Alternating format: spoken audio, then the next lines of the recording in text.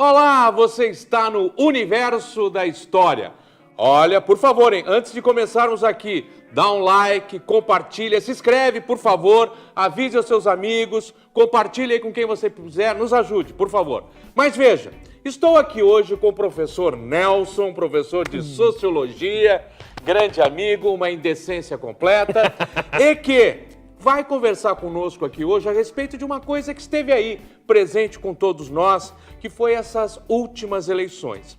E é importante que a gente pare agora, nós principalmente, e nos voltemos a dar uma analisada nisso. E aqui temos um historiador, você sabe, e do lado um sociólogo. E vamos, a partir daí, tentar analisar o que foram essas eleições. E é importante a gente parar para pensar nisso. Foram as primeiras eleições que envolveram as mídias sociais. Isso que de uma forma mais decisiva. Exato, e que tiveram uma influência muito determinante, as mídias sociais. E começando por aí, Nelson, como é que a gente pode entender isso a partir do olhar da sociologia? Bom, então, salve aí, pessoal, aqui é o professor Nelson, o grande amigo Oswaldo. Vamos conversar um pouquinho, Eu não gostei dessa tua camiseta. Sobre as eleições. Não, vocês viram que camiseta horrível isso aqui? Não, então a gente já começa, porque as eleições de 2018 no Brasil... Tô te atrapalhando, né, não? Elas têm a ver com a eleição dos Estados Unidos, pô. Foi Você não por isso entendeu? a camiseta? Porque... Foi por isso Exatamente. a camiseta por causa... Se você deixasse eu começar, o professor Tomate... O pessoal chama de Tomate aqui? Vamos seguindo adiante, vamos seguindo adiante. Vamos Pessoal, lá. falando sério, a nossa eleição aqui no Brasil, em 2018, foi a primeira eleição nossa que teve um grande resultado a partir de uma influência de máxima influência gigantesca das mídias sociais. Assim como foi a eleição de Donald Trump nos Estados Unidos. Dá pra gente fazer esse comparativo legal, então? Dá pra gente essas duas sim, eleições? Até porque se você for analisar, quer ver, ó, do ponto de vista da história, né, o que muda, momentos que mudam a humanidade, revoluções, gloriosas revoluções industriais. Primeira revolução industrial, segunda, terceira e agora alguns autores cogitam, dentre eles Klaus Schwab, que é o presidente do Fórum Econômico Mundial, uma corporação da qual fazem parte grandes empresas. Klaus Schwab. Não, repete, por favor. Klaus Schwab. Tá, certo. Então, até me perdi agora aqui, viu? Eu tinha certeza. Poxa vida. Mas você ia falar do Klaus Schwab. Não, eu ia falar da quarta revolução industrial. Da quarta revolução industrial. Que coloca o quê? O que seria essa quarta revolução industrial? Seria essa convergência do mundo digital com o mundo real. Exemplo, a empresa Uber. A empresa Uber revolucionou aí, o método de transporte das pessoas, né, se tornou a maior empresa do mundo de transporte de seres humanos sem ter carros. O que a Uber é? Uma plataforma digital. Claro que ela pode ter carro, mas a Uber é uma plataforma digital. Então a gente tem uma nova tendência. E como diria o glorioso Marx, o estilo de vida de uma sociedade é reflexo do seu modo produtivo. E agora a gente caminha para esse modo produtivo da indústria 4.0. A questão das impressoras 3D. Nós temos ali em Dubai, por exemplo, já imprimiram um prédio, isso mesmo. Já viu casas? Se você digitar aí no YouTube, no Google, você vai achar vídeos de impressoras. A China já está fazendo isso há uns 2, 3 anos. Um braço mecânico com uma massa de concreto que vai desenhando, imprimindo, é isso mesmo, imprimindo uma casa. Cogita-se que até 2025, nos Estados Unidos, nós teremos o primeiro transplante de um fígado que vai ser impresso em 3D. Olha que louco isso! E seguindo essa onda tecnológica, ela também afetou o quê? As eleições. Nós já havíamos experimentado... Porque é importante a gente colocar um ponto. Quer dizer, até muito pouco tempo, até as últimas eleições, e do Trump, como você colocou, a TV... Era a grande fonte de votos, digamos assim, né? Sim. A TV. A televisão ditava em quem você ia votar pela quantidade de propagandas. E isso não aconteceu com o Trump e, aparentemente, não aconteceu conosco. Tanto é que o candidato eleito não participou dos debates, dos últimos debates. Ele não participou dos debates. E não foi preciso. Por quê? Agora a gente tem que entender qual foi esse fenômeno polêmico do presidente eleito. Ele conseguiu construir uma ponte direta com o eleitor. Por quê? No nosso país, as instituições políticas, públicas no geral, até eu diria, elas caíram meio que em descredibilidade. Não tem mais aquela credibilidade na instituição política brasileira. E o que aconteceu?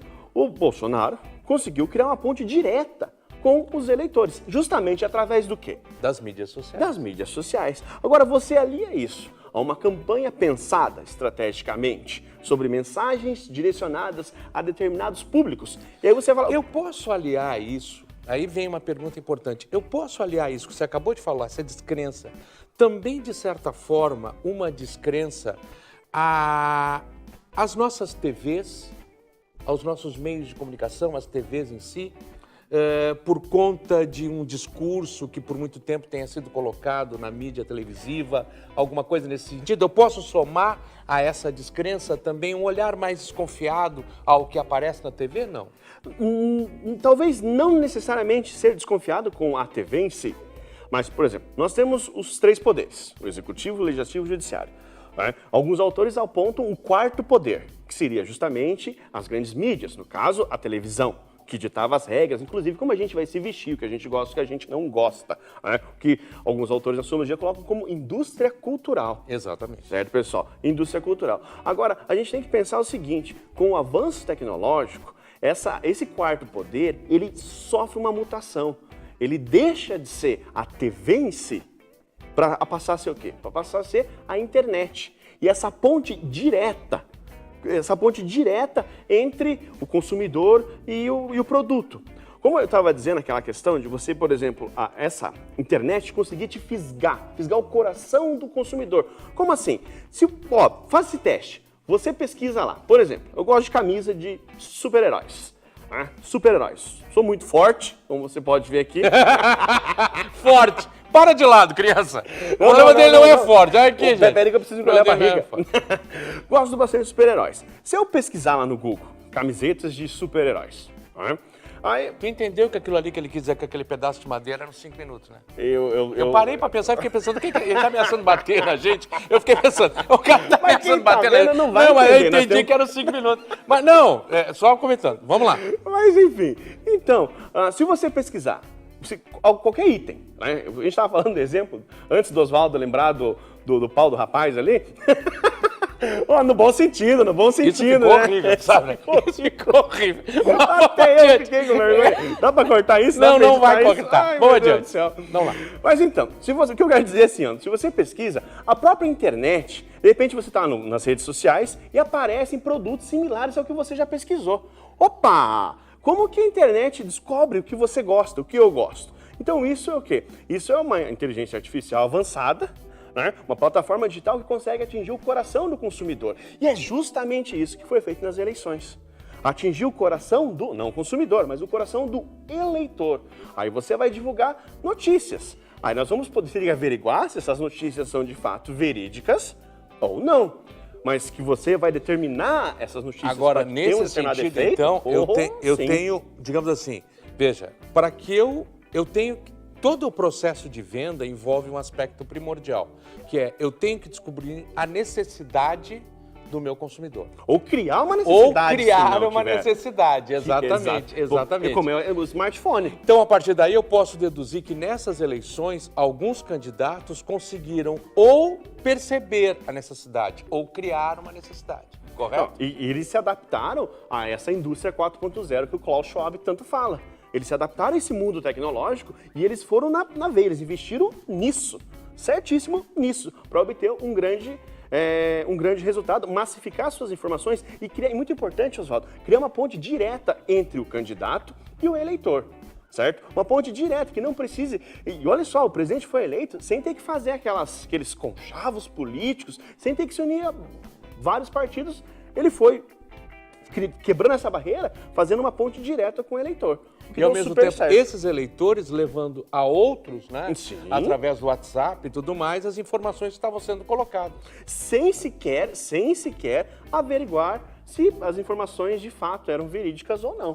Era muito comum você ver. E aí nós temos as famosas fake news. Né? Famosas fake news, que são sim determinantes, né, para condicionar um determinado grupo social aí, ou para um lado ou para outro lado. Tá, e aí eu te pergunto o seguinte, isto eu posso entender como uma tendência que veio para ficar, isto é, as mídias sociais agora passam a ser determinantes em termos de eleições? Você acredita nisso? É claro, não vamos pensar aqui em previsão do futuro, porque nem historiador nem sociólogo faz isso.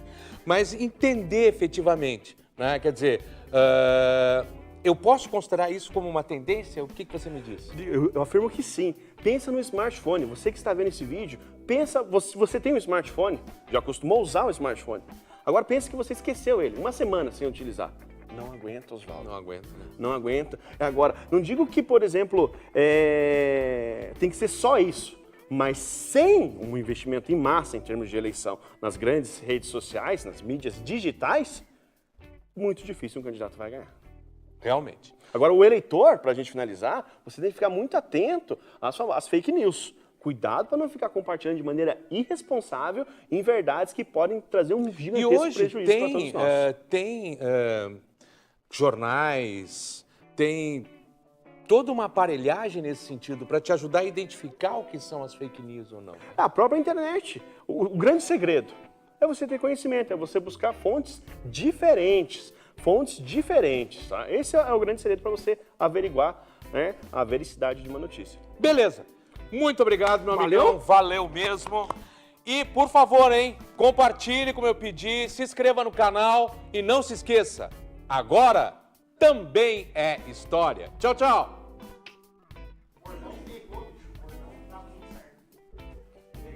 Qual que é o bordão?